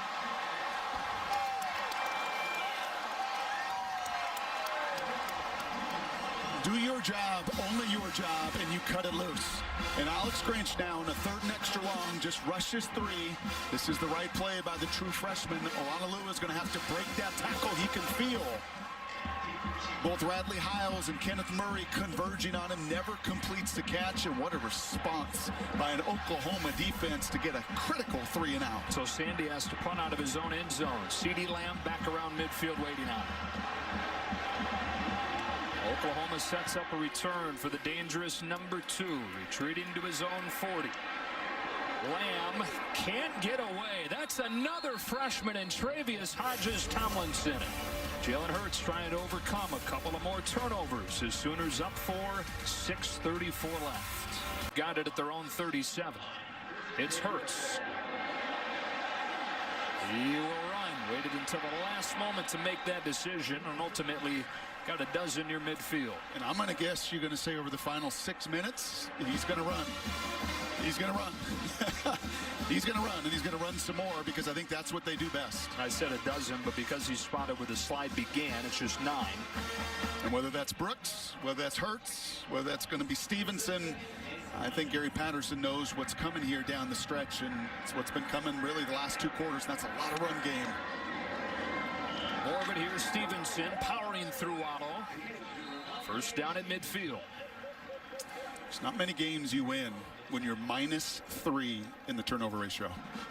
There's not many teams in the history of college football, I'm going to imagine, that are on the brink of being 10-1 with a -8 turnover differential on the season, overcoming an awful lot of mistakes. Oklahoma's run 36 more plays than TCU tonight. You see the communication with Stevenson, 29, with the O-line, communicating who he's going to block. Brooks couldn't find much of a hole. Parker Workman tackles him. Clock winding near 5:20. Second down coming here.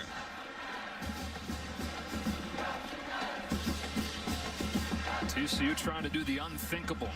Their true freshman quarterback Max Duggan hoping for another opportunity as they look for their first top 10 road win since 2011, before they joined the Big 12 when they beat 5th-ranked Boise State. Look at all those Horned Frogs near the line of scrimmage. On 2nd and 5, it is Hurts getting a block from Brooks. 3rd down 5 coming up as Wyatt Harris gets the tackle. This is enormous. That's about 2 minutes of time of possession. If the best 3rd down offense in America can find a way to stay on the field right now, or you start to force Gary Patterson to think about using these. 6 of 11 on 3rd down so far tonight. 3rd and 5 for the Sooners.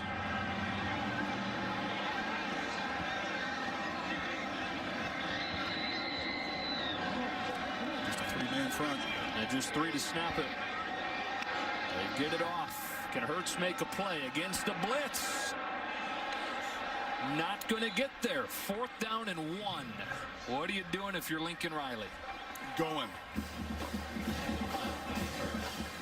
He sends the bigger running back, Ramondre Stevenson, back in there. And he will go for it inside 4 minutes on 4th down and 1.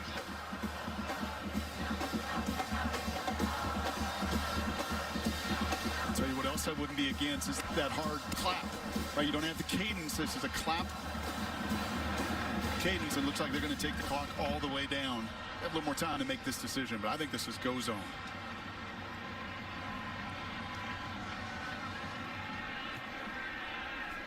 There's a timeout. 3:20 left to go, and 4th and 1 on the other side of this break.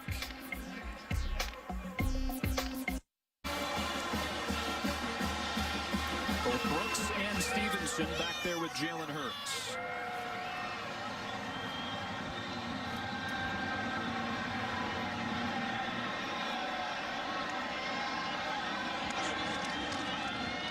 It's Stevenson powering his legs. It'll depend on the spot. He needed just shy of the 40. And he ran smack dab unblocked into the 2 middle linebackers. The ball with a chance to win this game. 3:16 left to go. Oklahoma shows pressure and brings it against the freshman Duggan. Tries to beat it. One-on-one. Over the top and incomplete, but a flag. Wanted Jalen Reagor. Parnell Motley grabbed a hold of him, and he'll get flagged. And I'll tell you what, Joe Davis, I would throw that guy 3 more times. My best player, Jalen Reagor. Pass interference. Defense, number 11. 15-yard penalty. Automatic first down. Oklahoma is a base, what you call quarters team, which really leaves those corners out on an island in a one-on-one situation, and I'm going at him. And you can see it all the way. And he's grabbing his arm. He impedes Reagor's opportunity. You can hand fight, but you hold on like that while falling down, you're going to draw that 15-yard penalty. The Sooners have seen this movie before, but they were on the other side of it last week in Waco. The biggest comeback win in program history, from down 28-3 to win 34-31. They led this game 21-0. Penalty moves it to the 44. Option play. Duggan into the arms of Neville Gallimore. He lost a yard. Yeah, you get so many bites at the apple here, right? There's only so many number of plays in the final 3 minutes. I want my one-on-ones outside. I want to attack a true freshman corner in Jane Davis. If I'm Sonny Cumbie and could get in his ear, I want my freshman quarterback in those one-on-ones on the perimeter to take my chances there rather than running at Neville Gallimore or those guys inside.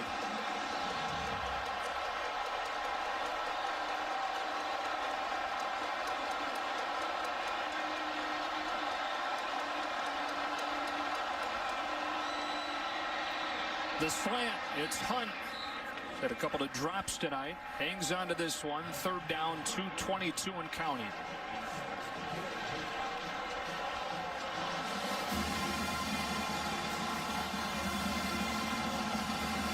Who's going to win their one-on-one battles? The ultimate team game is going to come down to these one-on-one situations.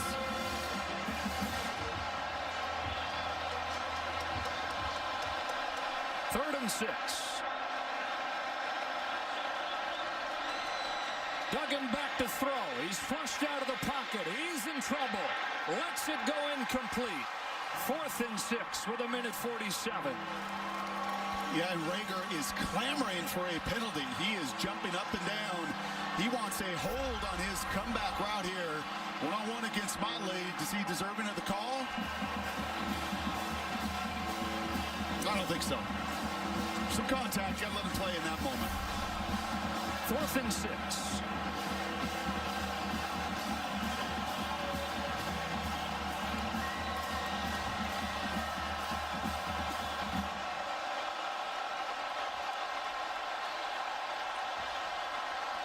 Can the freshman make a play?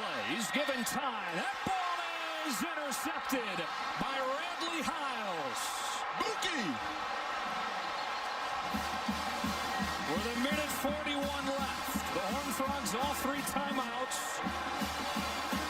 But Radley Hiles coming up with the interception at right about the same spot of the field that they picked off Charlie Brewer late last week. Giving up about 6 inches on Pearl Wells, the wide receiver. Right in the middle here. This is the matchup TCU wants. Max is just a tad late.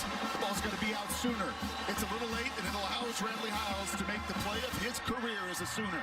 Just the 2nd pick in 2 years for the former 5-star recruit who has taken a ton of heat, and Max knew it the minute he was just a whisper late. Allowed Radley Hiles to change some of the narrative about his season this year as he comes through in the clutch. You saw Wyatt Harris going over there saying to Max Duggan, keep your head up. We're going to try and get you another shot here. They got all 3 timeouts. What a valuable learning lesson, man. This place is rocking, right? We talk about anticipation for quarterbacks of getting the ball out just a hair late. Radley Hiles makes them pay. 1st down run for Brooks. Garrett Patterson will use the first of those 3 timeouts.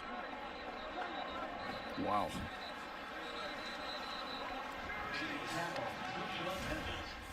Our Pacific Life game summary. It was 21-0 Oklahoma, and I mean, it looked like this was going to get ugly, Brock, but it turned around. TCU came charging back in, and really in earnest thanks to the takeaways. Oh, here was the big touchdown pass. Hurts adds 4 more touchdowns to his resume.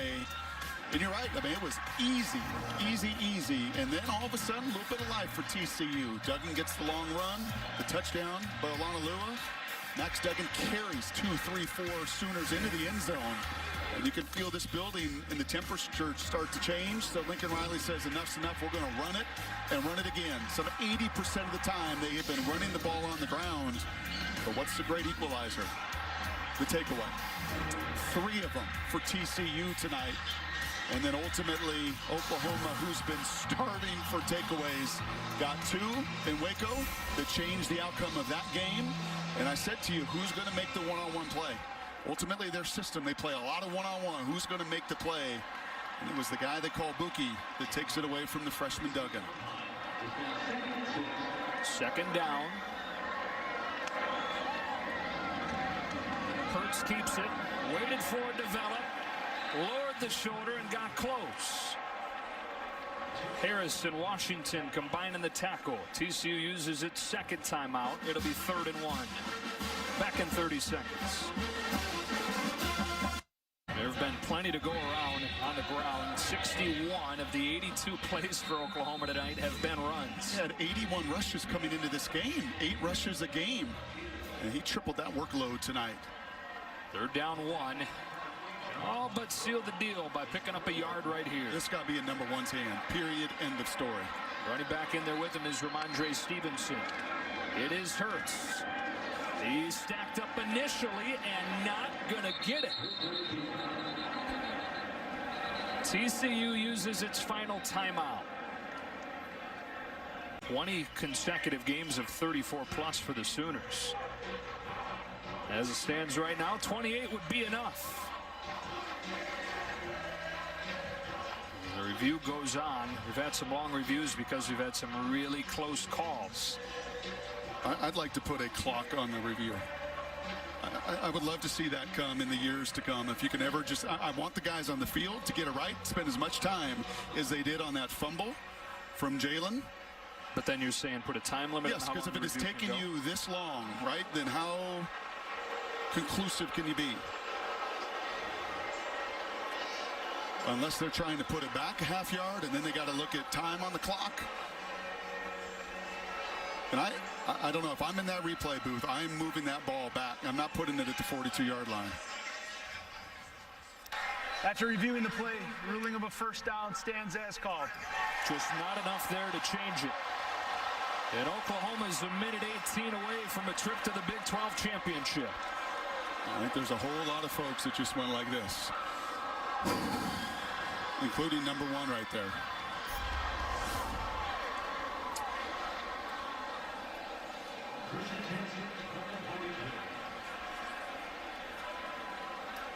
Yeah, I don't think he was buying that one for a second.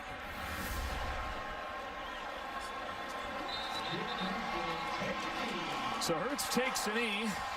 I mean, look, the conversation shifts back to Oklahoma in the college football playoff picture. They're going to get something they desperately needed tonight. That is a loss from one of the Pac-12 teams. Oregon falls 31-28 to Arizona State. So they continue to hope that they take them next week. Big 12 championship against Baylor after, and then there'll be huge Oregon fans against Utah. And you're going to put them ahead of a 2-loss Penn State, so they're going to climb up to 7 in the polls.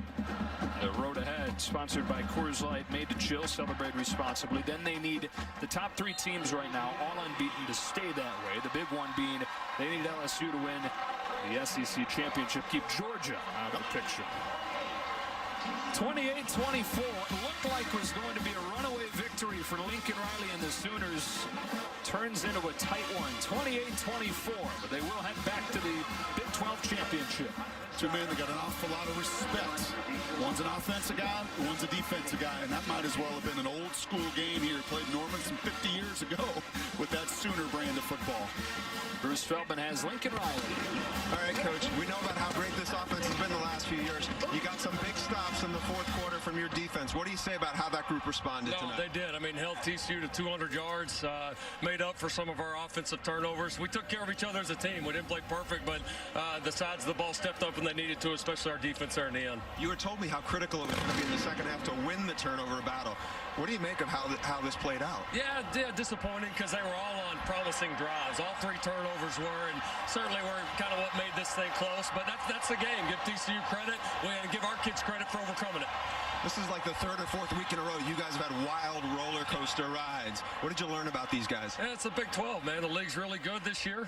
We're finding a way to win tough games, and we're trying to keep on winning. All right, thanks, Coach. All right, thank you. Guys? All right, 16th consecutive home win, and as you saw, the 400th in the stadium's history back to 1923. Sooners are 10-1. They're 7-1 in the conference. They're headed back to the conference championship game. More to come here in Norman. The other side of this break on Fox.